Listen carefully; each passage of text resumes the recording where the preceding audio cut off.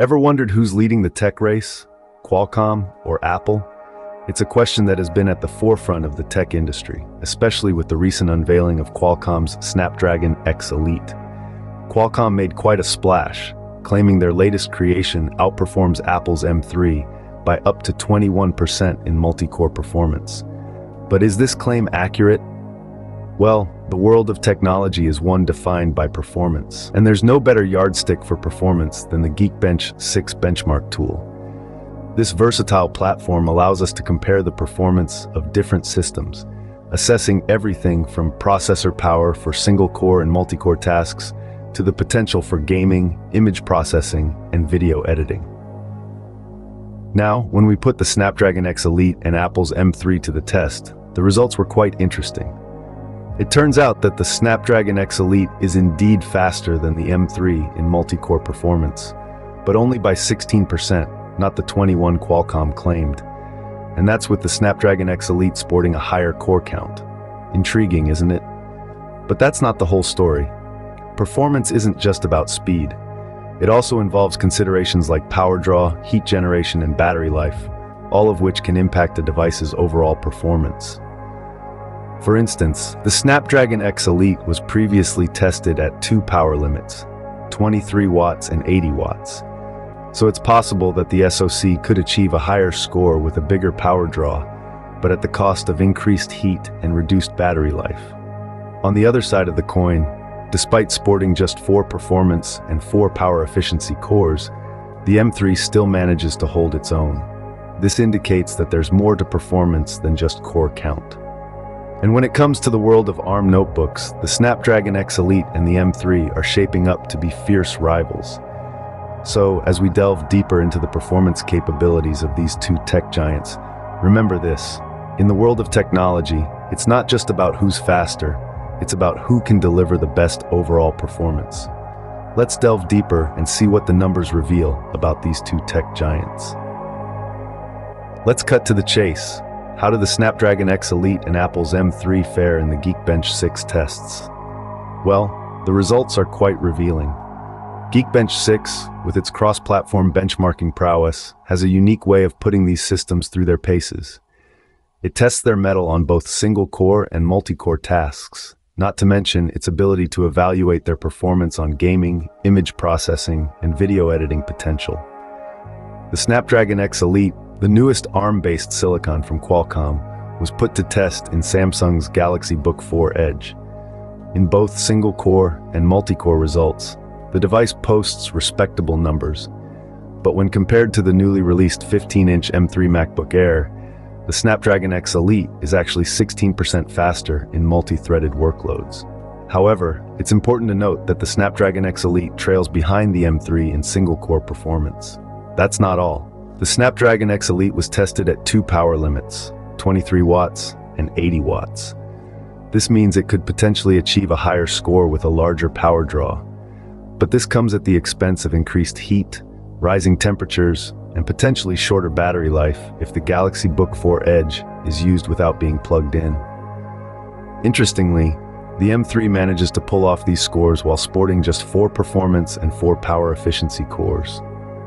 In comparison, the Snapdragon X Elite needs a 12-core configuration to outperform its newest rival in the ARM notebook space. Interesting, isn't it? But what do these numbers mean in practical terms? Well, stay tuned as we delve deeper into what these results mean for the average user in the next scene.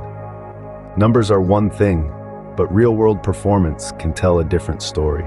So, what's the real deal with these two processors? Diving into the practical implications of these benchmark results, we need to shine a spotlight on what these figures mean for your everyday tech experience. The M3, with its 4 performance and 4 power efficiency cores, paints a picture of a balanced and efficient system. It's designed to handle your daily tasks smoothly while also keeping energy consumption in check. On the other hand, the Snapdragon X Elite, with its 12-core configuration, is like a powerhouse. It's designed to take on more demanding tasks, but this might come at the cost of generating more heat and potentially draining battery life quicker than the M3. Think about it. You're working on a heavy-duty task, and your device starts to heat up.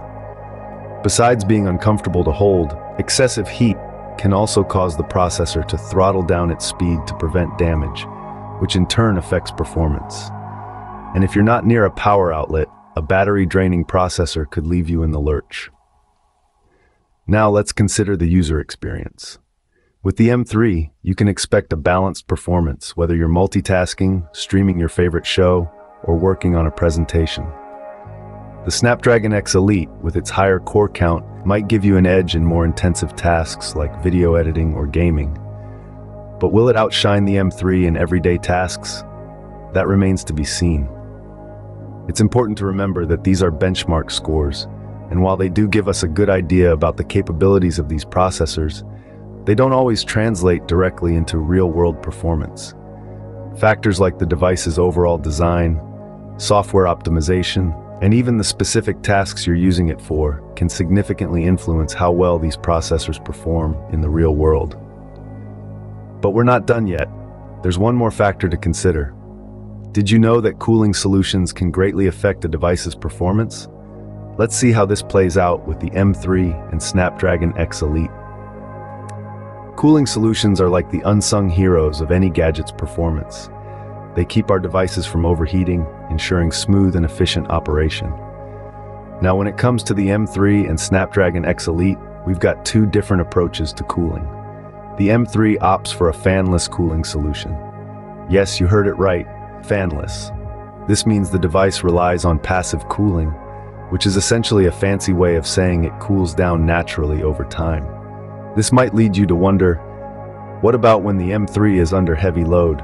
Won't it overheat? Well, you're not wrong. When running a benchmark with a longer duration, the M3 and Apple's latest MacBook Air models can reach a peak CPU temperature of a scorching 114 degrees Celsius. Now, let's switch gears and talk about the Snapdragon X Elite. Unlike the M3, the cooling solution here isn't explicitly mentioned, but it's safe to assume it's using an active cooling solution, which usually involves a fan or other mechanical device that helps disperse heat more effectively. However, there's a crucial point to note here. The benchmark tool we've been discussing, Geekbench 6, doesn't measure long-term sustained performance. Its single-core and multi-core runs only last for a few seconds. So while it gives us a snapshot of the chipset's capabilities, it doesn't necessarily reflect how the device will perform under prolonged, intensive use. That's why it's important to consider more than just raw performance numbers when comparing devices. Factors like cooling solutions and how they affect temperature and consequently performance can make a big difference in the long run. Now that we've considered all factors, let's wrap up our comparison. So, after examining all the facts, where do we stand in the Qualcomm versus Apple showdown? Well, the competition has been fierce, and the Snapdragon X Elite has shown some surprising results. Despite Qualcomm's initial claim of a 21% speed advantage over Apple's M3, the actual figure is slightly less. Yet, the Snapdragon X Elite is still an impressive 16% faster in multi-core performance. That's quite a feat, especially considering it's achieved with a higher core count. Remember, these tests were conducted using the Galaxy Book 4 Edge, a Windows notebook equipped with the Snapdragon X Elite. The benchmarks reveal that this device, in spite of having a higher core count and power draw, still outperforms the M3 MacBook Air in multi-threaded workloads. However, it's worth noting that the M3 can deliver these results with just 4 performance and 4 power efficiency cores. This competition isn't just about raw power, it's about efficiency, heat management, and the impact on battery life. The Snapdragon X Elite may require more power and generate more heat, but it also delivers when it comes to performance. Looking ahead, the tech industry will be watching closely as these two titans continue to vie for supremacy. While today's comparison has put the Snapdragon X Elite in the spotlight, tomorrow could bring another game changer.